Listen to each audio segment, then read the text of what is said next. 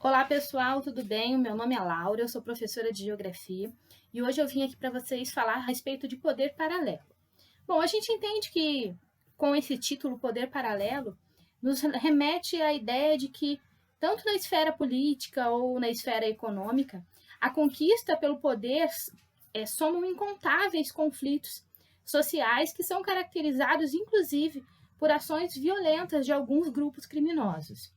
Esse poder paralelo, ele pode ser caracterizado em três áreas.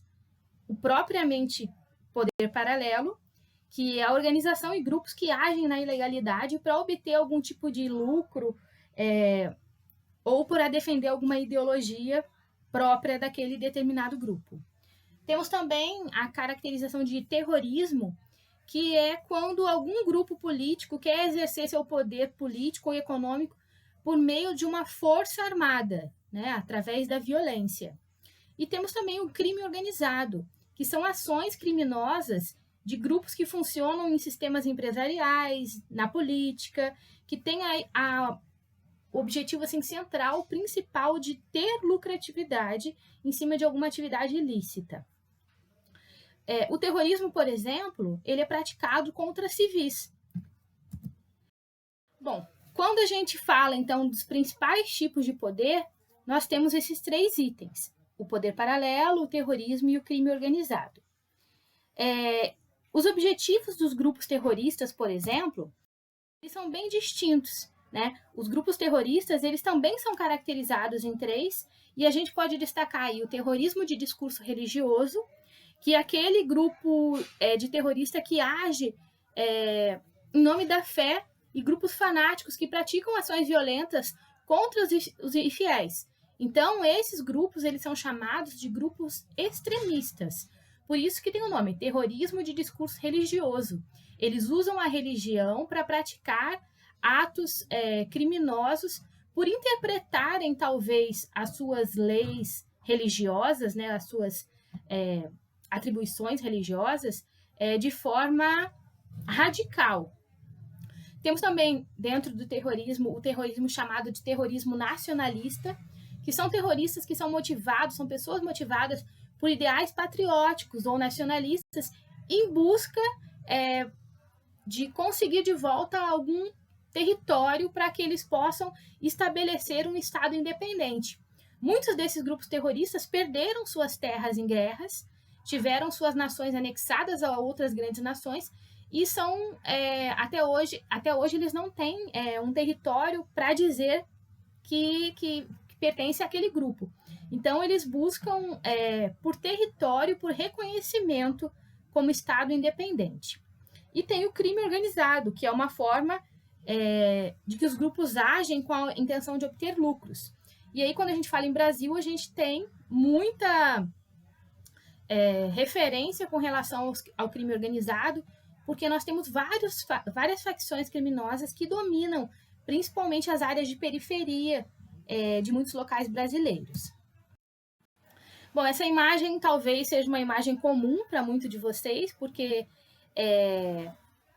foi um dos... Eu acredito que, pelo menos do meu ponto de vista, é o maior dos atentados terroristas já praticados no mundo. A gente tem a foto aí do World Trade Center, que era um conjunto de prédios, né, de 110 andares cada um, que era considerado um ícone da economia norte-americana. Ele ficava em Nova York, e no dia 11 de setembro de 2001, de manhã, ele foi inicialmente atingido por uma aeronave, um Boeing, que a princípio as pessoas acreditavam se tratar de um acidente, né? O Boeing perdeu o controle e se chocou. Minutos depois, quando colidiu o segundo avião na segunda torre, que as pessoas começaram a entender que aquilo ali não se tratava apenas de um acidente, e sim de um atentado terrorista.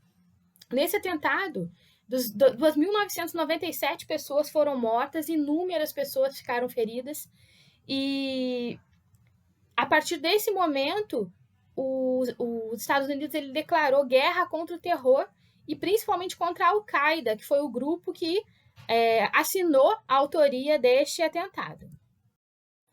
Bom, quando falamos de radicalismo fundamentalista islâmico, nós estamos falando de grupos radicais baseados em ideais religiosos que defendem aquela sua religião de forma que a sua imposição de vontade, de desejo, tenha que prevalecer sobre as demais. Então, são praticantes de uma determinada crença, né, que promovem a compreensão literal da literatura sagrada a qual eles pertencem. No caso do islamismo, eles fazem a interpretação radical do Corão, que é o livro sagrado deles. Bom, o islamismo, ele é um dos pilares religiosos que é monoteísta, né? Acreditam também num único Deus, mas não acreditam, por exemplo, em Jesus Cristo como sendo o Filho de Deus e sim como um profeta. Então, a Bíblia Sagrada deles se chama Corão, o livro sagrado deles. E através da interpretação deste manual, deste guia sagrado, né, desse livro, que eles reivindicam toda uma ordem de símbolos tradicionais na construção de políticas externas e formas de organização dos governos que fazem parte desse mundo islâmico. Algumas perguntas e algumas respostas, né? No que eles creem, as fontes que o Islã tem, se há uma autoridade religiosa, a justificativa do El, o que pensam os radicais e como funciona a morte de inimigos para eles. Bom, assim como no cristianismo, né, o que eles creem, e como no judaísmo, o Islã também tem um único Deus, e essas três religiões compartilham ainda uma série de histórias. Os muçulmanos também acreditam em Jesus, mas eles acreditam em Jesus como profeta, e não como nós acreditamos, que ele veio à Terra como Filho de Deus. Fontes do Islã, em primeiro lugar, o Corão, ou também chamado de Alcorão, é o livro sagrado deles.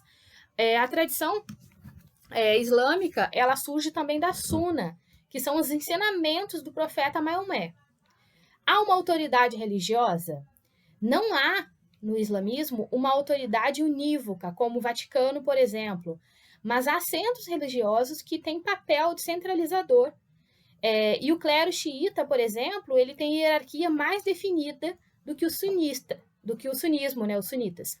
Os islâmicos, eles são subdivididos em dois grupos, os xiitas e os sunitas. Em poucas palavras, os xiitas são os radicais e os sunitas são aqueles mais light, vamos dizer assim. Qual a justificativa, então, do El? O El busca na tradição islâmica justificativa para suas ações. Muitos dos argumentos vêm do teólogo medieval Taimia, no século 13 e 14, que inspira interpretações radicais do Islã. Eles levam o que está escrito no Corão realmente ao pé da letra. O que pensam, então, esses radicais? Bom, eles são fundamentalistas, né? Ou seja, eles têm um fundamento baseado em alguma coisa, no caso religioso deles, o Corão, pregam a interpretação literal desses textos e descartam os séculos de outras interpretações, que consideram uma corrupção do que está escrito no Corão. Morte de inimigos. Uma das justificativas para a morte dos cidadãos estrangeiros é a punição pela política externa de seus países. O bombardeio no território do El é visto como motivo para revides em prisioneiros, por exemplo. Bom, aqui peguei os principais grupos terroristas, os que mais se destacam no mundo. Então, a gente tem a Al-Qaeda, que é um dos mais conhecidos. Ela tem como significado a base, é uma organização radical islâmica, atua internacionalmente, foi fundada em 1988, e as principais ações deles são atentados à bomba e sequestros. Um dos seus principais idealizadores foi o Osama Bin Laden, que foi considerado o mais terrível dos terroristas até o momento por conta das torres gêmeas que foram atacadas em 2001. Temos também o Hezbollah, que também é um grupo xiita que nasceu durante a Guerra Civil no Líbano, em 82, então ele é um pouco mais velho que a Al-Qaeda. O conflito dessa guerra civil, ela na Líbia, no Líbano, ela promoveu resultados de tensões entre diversos grupos que habitavam aquele país, sobretudo entre os cristãos e os muçulmanos. Os cristãos possuíam a maior parte do poder no Líbano e eram contrários à presença dos palestinos no país, apoiando a causa de Israel. Por outro lado, os muçulmanos também apoiavam a causa da Palestina e buscavam ter mais poder no território libanês. Hamas, movimento de resistência islâmica, é um dos grupos mais extremistas na luta contra a existência do Estado de Israel. Foi criado no final da Segunda Guerra Mundial. Ele é liderado por um núcleo de médicos pós-graduados. Então, assim, eles são muito bem estabelecidos intelectualmente e é um grupo bem articulado. Outro grupo é o Boko Haram. Esse grupo, particularmente, é um dos que eu acho mais perigosos e instáveis. Surgiu na Nigéria e muitas vezes é denominado como grupo radical islâmico. As suas ações correspondem ao fundamentalismo religioso e combate a influência ocidental e a implantação radical da lei islâmica, que é chamada de Sharia. Boko Haram significa a educação não islâmica é pecado, ou educação ocidental é pecado. Do ponto de vista do Boko Haram, tudo que é praticado no Ocidente, ou seja, todos os países que estão a oeste do meridiano de Greenwich, a oeste deles, são considerados pecadores e indignos, portanto, do céu. Tem também o Estado Islâmico, que é um grupo muito conhecido nos últimos anos, ele foi muito falado, né? Que ele é um califado com atuação terrorista e controla regiões no Iraque e na Síria. Baseia-se numa interpretação radical de determinados princípios do islamismo também. Ele controla muitos locais através da perseguição das minorias e organização de ataques terroristas em outras partes do mundo, como recentemente aqueles que aconteceram na França há 2 anos atrás, em boates e nas ruas francesas. Aí a gente tem um mapa dos principais locais de concentração dos grupos terroristas. Então, a gente tem Estado Islâmico, Al-Qaeda, Hezbollah, Jihad Islâmica, Hamas, Boko Haram, Al-Shabaab. São os grupos que têm maiores repercussões internacionais. Algumas características dos terroristas clássicos e os terroristas novos, né? Popularmente falaríamos que o terrorista Nutella e o terrorista tradicional, raiz, né? Então, o clássico era o homem-bomba, que era suicida, praticava o martírio, que era o objetivo dele virar mártir, subir aos céus e encontrar as virgens prometidas por aqueles que morressem em nome da causa, atacava alvos icônicos de grande visibilidade mundial, ou seja, eles queriam realmente aparecer e mostrar o poder. A hierarquia deles é bastante rígida e agia em grupos cumprindo ordens de comando do terror. Nesses grupos mais antigos, mais tradicionais, não se admitia mulheres em seus quadros. Atualmente, nós temos uma nova organização terrorista que age através de lobos solitários, que a pessoa age sozinha, com ideais de um grupo, mas ela organiza tudo de uma forma sozinha, no máximo grupos pequenos de 5 pessoas. Eles têm o ato de praticar o heroísmo, eles não querem ser ser mártires, mas eles se tornam heróis e símbolo contra a luta contra o Ocidente. Eles atingem alvos modestos, como cafés, lojas, mercados, são pequenas ações contra civis. Não tem hierarquia, eles não cumprem ordem, inspiram-se em grupos maiores, mas agem sozinhos.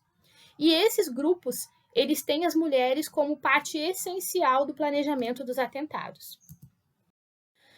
Bom, organizações nacionalistas são organizações motivadas por ideais patrióticos, ameaçam a vida humana em vários locais da Terra e têm como objetivo conquistar terras para estabelecer um Estado independente.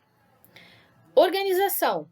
A gente tem dois grupos que se destacam bastante no mundo com relação aos nacionalistas. Existem muitos outros, mas esses são os mais conhecidos.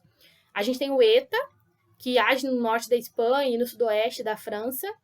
Vive o povo basco nesse local, com uma cultura completamente diferente dos seus vizinhos latinos, com língua e costumes próprios, e que luta por um território autônomo.